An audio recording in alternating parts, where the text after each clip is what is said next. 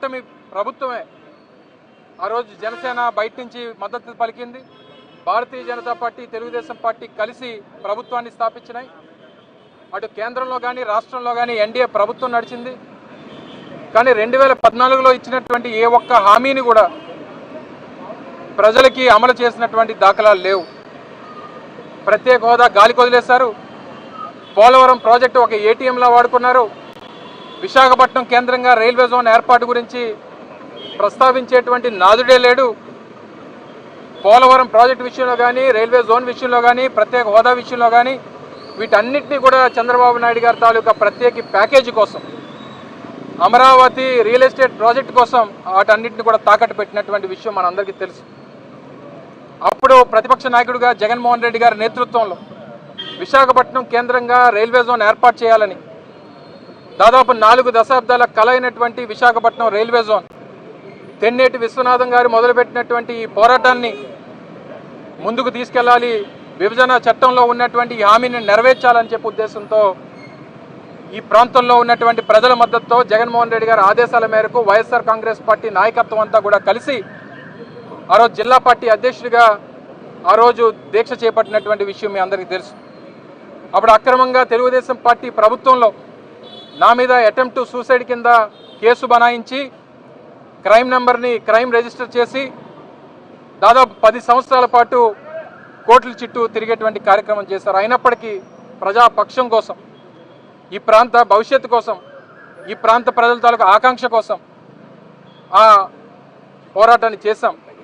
మొన్న మీ అందరూ చూశారు, గడిచినటువంటి నెల రోజుల క్రితం న్యాయస్థానం ఆ కేసుకు సంబంధించి 6 నెలల పాటు జైలు శిక్ష, 5,000 రూపాయల జరిమానా నా మీద విధించినటువంటి పరిస్థితులు మీరు అందరూ కూడా చూశారు. అయినప్పటికీ న్యాయస్థానంలో ఉన్నటువంటి అవకాశాల మేరకు ఏదైతే సెకండ్ ఏసీఎంఎం కోర్టు ఇచ్చినటువంటి జడ్జిమెంట్ని, వారు ఇచ్చినటువంటి అవకాశాన్ని వినియోగించుకొని విశాఖపట్నం ప్రిన్సిపల్ పీడీజే కోర్టులో అప్లై చేసి సస్పెన్షన్ ఆఫ్ సెంటెన్స్ని అప్లై చేసి బెయిల్ అప్లై చేయడం, బెయిల్ రావడం, ఈరోజు ఆ సెకండ్ ఏసీఎంఎం కోర్టులో ఆ బెయిల్ని ప్రజెంట్ చేసి మరి ఫర్దర్గా ఈ ఇష్యూని అపీల్ చేయాలనేటువంటి కార్యక్రమాన్ని చేస్తూ ఉన్నాం. దానికి మా పార్టీకి సంబంధించినటువంటి లీగల్ సెల్ ప్రతినిధులు కానీ, నా తరపున వాదిస్తున్నటువంటి అడ్వకేట్ అప్పారావు గారు కానీ, ఇప్పుడు పీడీజే కోర్టులో రవి గారు, వీరందరూ కూడా మా సీనియర్ కౌన్సిల్స్ అంతా కూడా వాదిస్తూ ఉన్నారు. ఏదేమైనప్పటికీ మొదటి నుంచి చెప్తూ వచ్చాం, విశాఖపట్నం కేంద్రంగా రైల్వే జోన్ ఏర్పాటు కోసం ఎంతటి పోరాటానికైనా సిద్ధం, దేనికన్నా మేము సిద్ధంగా ఉన్నాం అనేటువంటి విషయాన్ని చెప్పాం. ఆ రోజు పోరాటం కారణంగానే 2018లో ఎన్నికల ప్రచారం కోసం వచ్చినటువంటి ఆనాటి ప్రధాని నరేంద్ర మోడీ గారు విశాఖపట్నం కేంద్రంగా రైల్వే జోన్ ఏర్పాటు చేస్తామన్నటువంటి ప్రకటన చేశారు. 2019లో మేము అధికారంలోకి వచ్చాం. వచ్చినటువంటి 6 నెలల్లో కరోనాను ఎదుర్కొన్నాం. తర్వాత పరిస్థితులన్నీ సద్దుమరిగిన తర్వాత కేంద్రం నుంచి రైల్వే జోన్ ఏర్పాటుకి సంబంధించినటువంటి భూమి కేటాయింపులు చేయమని చెప్పి వారు కోరడం జరిగింది. ముడసల్లో దగ్గర దాదాపు 50 ఎకరాల భూమిని 2024 జనవరి మాసంలో భూమిని కేటాయించాం. దానికి సంబంధించినటువంటి గెజిట్ కూడా మొన్న విడుదలైనటువంటి పరిస్థితులు చూసాం. కానీ బాధాకరమైనటువంటి విషయం, మొదటి నుంచి అడుగుతున్నటువంటి విషయం, ఈ ప్రాంత ప్రజల తాలూకా ఆకాంక్ష ఏదైతే పూర్తి స్థాయిలో ఉన్నటువంటి వాల్టేర్ డివిజన్ని విశాఖపట్నం కేంద్రంగా ఉన్నటువంటి రైల్వే జోన్లో జతపరచాలని చెప్పి కోరడం జరిగింది. కానీ తీరా గెజిట్ చూస్తే అందులో ఏదైతే వాల్టేర్ డివిజన్కి గుండెకాయ అయినటువంటి కేకే లైన్ అందులో లేకపోవడం చాలా శోచనీయం. ఇది కేవలం ఈ రాష్ట్రంలో ఉన్నటువంటి ప్రభుత్వం, ఇక్కడ ఉన్నటువంటి రాజకీయ పార్టీల తాలూకా చేతకానితనం అనేటువంటి విషయాన్ని ఈ సందర్భంగా తెలియజేస్తా ఉన్నాం. ముఖ్యంగా వాల్టేర్ డివిజన్లో కేవలం కేకే లైన్ ద్వారా 2022-23 ఆర్థిక సంవత్సరానికి సంబంధించి వచ్చినటువంటి ఆదాయం కేవలం ఆ లైన్ మీద 2,250 కోట్ల రూపాయలు కేవలం కేకే లైన్ ద్వారా వచ్చింది. దాన్ని తీసుకొని వెళ్ళి ఒరిస్సాలో పెట్టారు. ఈస్ట్ కోస్ట్ రైల్వేలోనే దాన్ని కొనసాగిస్తూ ఉన్నారు. మొదటి నుంచి అడుగుతున్నటువంటిది పూర్తిగా వాల్టేర్ డివిజన్లో ఏవైతే లైన్స్ ఉన్నాయో, ప్రధానంగా కేకే లైన్ ఏదైతే ఉందో, కొత్త వలస కిరండల్ లైన్ ఏదైతే ఉందో, పూర్తి ఆదాయాన్ని ఇస్తున్నటువంటి లైన్ని తీసుకొని వెళ్ళి మీరు ఒరిస్సాలో పెడితే అంటే ఇక్కడ ఉన్నటువంటి పాలకులు చేతకాని వాళ్ళ కాదా అన్నటువంటిది ఒకసారి ప్రజలు ఆలోచన చేయమని చెప్పి కోరుతా ఉన్నా.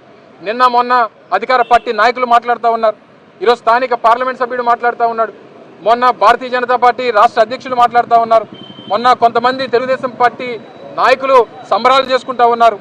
మీరు సాధించింది ఏంటి? ఇందులో మీరు పోరాటం చేసింది ఏంటి? కేవలం మీరు ప్రభుత్వంలో ఉన్నారు కాబట్టి, మీరు ప్రభుత్వంలో ఉండి కనీసం కేకే లైన్ సాధించుకోలేనటువంటి పరిస్థితుల్లో చేతగాని వల్ల మీరు ఉన్నటువంటి పరిస్థితుల్ని ప్రజలందరూ కూడా గమనిస్తూ ఉన్నారు అనేటువంటి విషయాన్ని తెలియజేస్తూ ఉన్నాం. కేకే లైన్ కొనసాగింపు అనేటువంటిది వాల్టేర్ డివిజన్లో నడిస్తే ఇక్కడ ఉన్నటువంటి ఇన్ఫ్రాస్ట్రక్చర్ డెవలప్మెంట్ కానీ, కొత్తగా లైన్ల ఏర్పాటు విషయంలో కానీ, రెవెన్యూ జనరేషన్ కానీ, ఇక్కడ ఉన్నటువంటి సౌత్ కోస్ట్ రైల్వే హెడ్ క్వార్టర్గా ఉన్నటువంటి విశాఖపట్నానికి అన్ని రకాలుగా కూడా ఈ డివిజన్ పరిధిలో ఉన్నటువంటి, ఈ జోన్ పరిధిలో ఉన్నటువంటి అన్ని డివిజన్స్కి మేలు జరుగుతుంది అనేటువంటి విషయాన్ని దయచేసి గమనించాలని చెప్పి కోరుతా ఉన్నాం. ఇప్పటికన్నా ప్రభుత్వం వారు మారాలి, కేంద్ర ప్రభుత్వం మీద ఒత్తిడి తీసుకురావాలి. మీరు ఒరిస్సాలో భారతీయ జనతా పార్టీ ప్రభుత్వం ఉంది కాబట్టి అక్కడ ఎక్కడ తిరుగుబాటు వస్తుందనేటువంటి ఉద్దేశంతో మీరు మీ చేతగాంతనాన్ని మీరు ప్రదర్శిస్తూ ఉన్నారు. మొన్న గూగుల్ శంకుస్థాపనకి రైల్వే శాఖ మంత్రి వచ్చారు, ఎందుకు అడగలేపారు? మీరు వేదిక మీద ఎందుకు మాట్లాడలేదు? వచ్చినటువంటి 27, 28 గూగుల్ శంకుస్థాపనకు వచ్చారు, 4వ తారీఖున గెజెట్ వచ్చింది, గెజెట్లో చూస్తే కేకే లైన్ లేదు. ఇది మీ చేతగాంతనమా కాదా? ఒక్కసారి ఈ రాష్ట్రంలో ఉన్నటువంటి ప్రభుత్వం ఆలోచన చేయాలి. ఇప్పటికన్నా మీరు రైల్వే జోన్ విషయంలో మీరు చేసినటువంటిది ఏమీ లేదు, మీ పోరాటం లేదు, మీ సహకారం లేదు, మీ ప్రశ్న మీరు కేంద్ర ప్రభుత్వాన్ని ప్రశ్నించింది లేదు. కేవలం ముష్టిలాగా కేంద్ర ప్రభుత్వం ఇచ్చి మీకు ఇచ్చి ఈ రాష్ట్రానికి ముష్టిలా పడేస్తాం, దీన్నే మీరు తినండి లేదా దీంతో మీరు ఆనందపడండి అనేటువంటి విధంగా వారు వ్యవహరిస్తూ ఉంటే, చంద్రబాబు నాయుడు గారు ఎంత సీనియర్ నాయకుడు అని చెప్తారు, 45 సంవత్సరాల హిస్టరీ అని చెప్తారు, 45 సంవత్సరాలు ఎక్స్పీరియన్స్ అని చెప్తారు. తీరా చూస్తే గుండెకాయ లేనటువంటి ప్రాణాన్ని మనకిచ్చి మీరు పండగ చేసుకోండి అనేటువంటి మాటలు కేంద్ర ప్రభుత్వం చెప్తా ఉంటే మీరు కనీసం స్పందించకపోతే మీరు మిమ్మల్ని ఏమనాలో ఒకసారి ప్రజలు ఆలోచన చేయమని చెప్పి కోరుతా ఉన్నా. తప్పకుండా ఈ పోరాటం ఇంతటితో ఆగదు.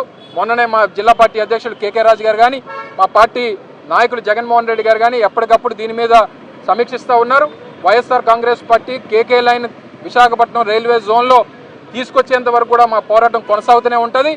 నేను వ్యక్తిగతంగా నా మీద ఎన్ని కేసులు పడినా, ఎన్ని శిక్షలు పడినా దేనికన్నా సిద్ధంగా ఉంటాం. ప్రజల కోసం, ఈ ప్రాంతం కోసం, ఈ ప్రాంత భవిష్యత్తు కోసం అనేటువంటి విషయాన్ని మరొకసారి మీ ద్వారా తెలియజేసుకుంటూ, మాకు కూడా న్యాయస్థానాల మీద గౌరవం ఉన్నాయి, మా న్యాయవాదులు ఉన్నారు, అందరూ కూడా ఉన్నారు. తప్పకుండా ఈ న్యాయ పోరాటాన్ని కొనసాగిస్తాం.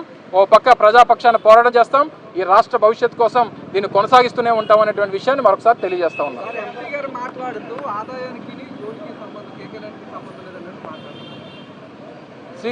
అంటే ఆయనకి ఏ ఆదాయం వచ్చినా గీతం కాలేజీకి వచ్చేటట్టుగా ఆయన కనబడుతుందేమో. అంటే రాష్ట్రంలో ఉన్నటువంటి భూములను కబ్జా చేసి 55 ఎకరాలు ప్రభుత్వ భూమిని కబ్జా చేసినటువంటి వ్యక్తులు కూడా సూక్తులు చెప్తున్నారంటే ఏం మాట్లాడాలి చెప్పండి? ఏది ఉపయోగం లేకుండా జోన్ ఎందుకు అడిగారండి? ఏది ఉపయోగం లేకుండా జోన్ ఎందుకు ఇస్తారండి? రైల్వే రిక్రూట్మెంట్ బోర్డు అనేటువంటిది విశాఖపట్నంలో ఏర్పాటు అవుతుంది. ఇప్పటి వరకు ఉన్నటువంటి ఈస్ట్ కోస్ట్ రైల్వేలో రైల్వే రిక్రూట్మెంట్ బోర్డు అనేటువంటిది భువనేశ్వర్లో ఉండేది.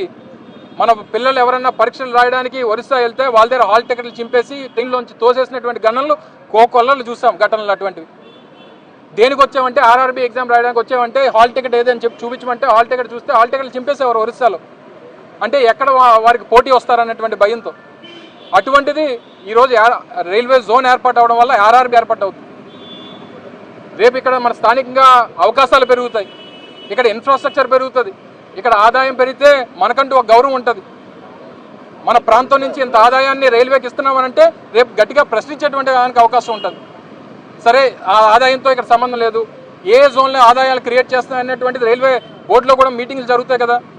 విశాఖపట్నం జోన్ నుంచి ఇంత రెవెన్యూ, ఒక 10,000 కోట్ల రూపాయలు రెవెన్యూ జనరేట్ అవుతుంది అన్నప్పుడు మరి అంత జనరేట్ చేసేటువంటి జోన్కి మనం ఈ లైన్లు ఇవ్వాలి, లేదా ఇన్ఫ్రాస్ట్రక్చర్ ఇవ్వాలి, లేదా ఈ స్టేషన్లు అభివృద్ధి చేయాలి, లేదా కొత్త ట్రైన్స్ని ఏర్పాటు చేయాలనేటువంటి డిస్కషన్ జరుగుతుంది కదా. ఏ ఆదాయం రానటువంటి జోన్కి ఎందుకు ఇస్తారన్నటువంటి ప్రశ్న రేపు బోర్డులో వస్తే ఎవరు సమాధానం చెప్తారు? ఈ ఎంపీలు మాట్లాడతాడా? ఈయన బిజీగా ఉన్నాడు కదా ల్యాండ్ గ్రాబింగ్లో. 5,000 కోట్ల రూపాయలు ఎంపీగా 5 లక్షల ఓట్ల మెజారిటీ ఇచ్చి ఎంపీగా గెలిపిస్తే 5,000 కోట్ల రూపాయలు కబ్జా చేశాడు ఈ సంవత్సరంన్నర కాలంలో. వాళ్ళు కూడా ఈ ప్రాంత ప్రజలకు ఆయన ఏం చేశాడు చెప్పనంటే జోన్ కోసం? ఎప్పుడైనా పోరాటం చేశాడా? ఎప్పుడైనా రోడ్డు ఎక్కాడా? ఎప్పుడైనా మాట్లాడా? ఎప్పుడైనా కేకే లైన్ ఇందులో ఉండాలని చెప్పి కోరాడా? సో దయచేసి అటువంటి వ్యక్తులు వ్యాపారాల కోసం రాజకీయాల్లోకి వచ్చి ఈ విశాఖపట్నం ప్రాంత ప్రజల తాలూకు భూములు దోపిడీ చేసినటువంటి వ్యక్తులకి సమాధానం చెప్పాల్సినటువంటి బాధ్యత మాకు లేదు అనేటువంటి విషయాన్ని తెలియజేస్తా ఉన్నాం. వాళ్ళకి ఈ రాష్ట్రంలో ఏ వ్యవస్థ మీద, అంబేద్కర్ గారు రచించినటువంటి రాజ్యాంగంలో ఏ వ్యవస్థ మీద ఇప్పుడు ఉన్నటువంటి ప్రభుత్వానికి కానీ ఈ పార్టీలో ఈ రాష్ట్రంలో ఉన్నటువంటి అధికార పార్టీ ప్రజాప్రతినిధులు కానీ ఎవరికీ గౌరవం లేదు. వారి న్యాయస్థానం చెప్పిన మాట వినరు, ఏ డిపార్ట్మెంట్ చెప్పినా సరే మాట వినేటువంటి పరిస్థితులు లేరు.